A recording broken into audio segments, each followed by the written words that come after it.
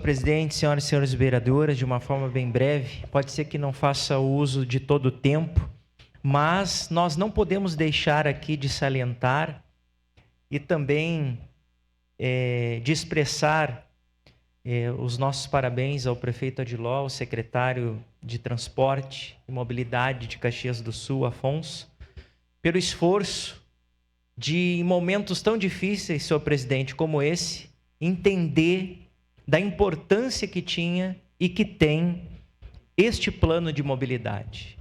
Mais ou menos foi um recurso vultuoso em termos mais ou menos de 3 milhões de reais para poder então fazer a contratação desta empresa para que pudesse apresentar um plano como esse, para que pudéssemos de fato colocar Caxias aonde ela sempre mereceu estar.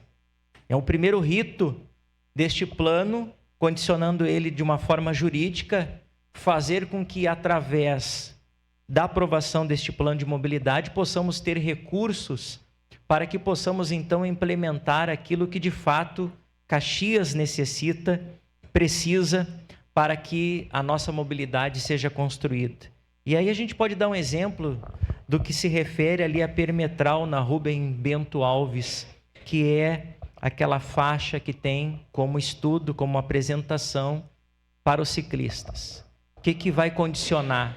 Condicionar o incentivo àqueles que prezam, que gostam do esporte, do ciclismo, poderem fazer o uso daquela faixa e também, de uma certa forma, embelezando a nossa cidade, fazendo com que ela seja convidativa para que seja feito o uso desta área pública.